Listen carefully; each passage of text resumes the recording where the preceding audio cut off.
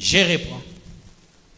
Tant que le feu de la brousse n'est pas encore éteint, que les crapauds échappés ne rient pas trop de leurs compagnons en péril. Ça voudrait dire quoi? Leurs fouillards s'échappent. Ils sont sur les montagnes comme les colombes des vallées, tous gémissant, chacun sur son iniquité. Parole du Seigneur Tout-Puissant. Ici, peuple de Dieu, il y a un problème d'interprétation qu'il faille bien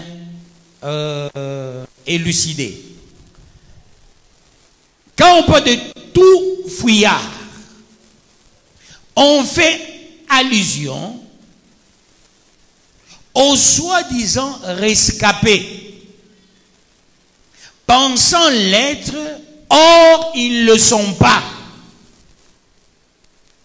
Autrement dit, il y a une peste, une maladie qui ravage. Dans chaque maison, il y a la grippe. Il n'y a que chez toi, il n'y a pas de grippe. Attention, il y a un principe qui dit, tant que le feu de la brousse n'est pas encore éteint, que les crapauds échappés ne rient pas trop de leurs compagnons en péril. Je reprends. Tant que le feu de la brousse n'est pas encore éteint, que les crapauds échappés ne rient pas trop de leurs compagnons en péril. Ça voudrait dire quoi? Chez toi, il n'y a pas la grippe. Chez les autres, il y a la grippe. Les autres qui grippent là, peut-être il y aura un contrepoids par le fait de l'immunité. L'homme a des agents forts pouvant lutter contre la maladie. Mais toi qui n'étais pas malade, tu n'as pas les agents forts dans ton corps, ce qu'on appelle les anticorps, pour lutter contre la maladie. Qu'est-ce qui va arriver? La grippe est passée chez les deux voisins. Toi, tu commences même à s'en moquer. Nous, chez nous, nous avons Dieu, il n'y a rien. Mais le jour où ça va entrer chez toi, c'est jusqu'à la mort. Autrement dit, quand nous donnons cet enseignement, nous faisons allusion aux commerçants d'aujourd'hui. On fait aussi allusion aux commerçants de demain. Le commerçant d'aujourd'hui qui a un problème de dégringolade, il peut se repentir et demain, vous le voyez encore émergent. Toi qui s'as moqué, tu peux commencer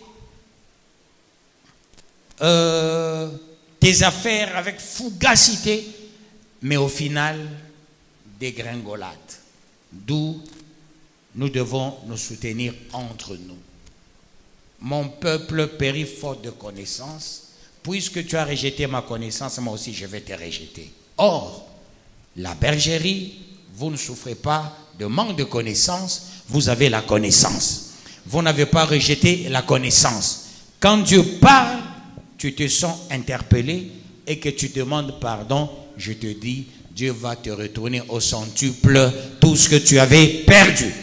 Et tes affaires iront de mieux à mieux. Quand Dieu interpelle quelqu'un, il faut te montrer humble.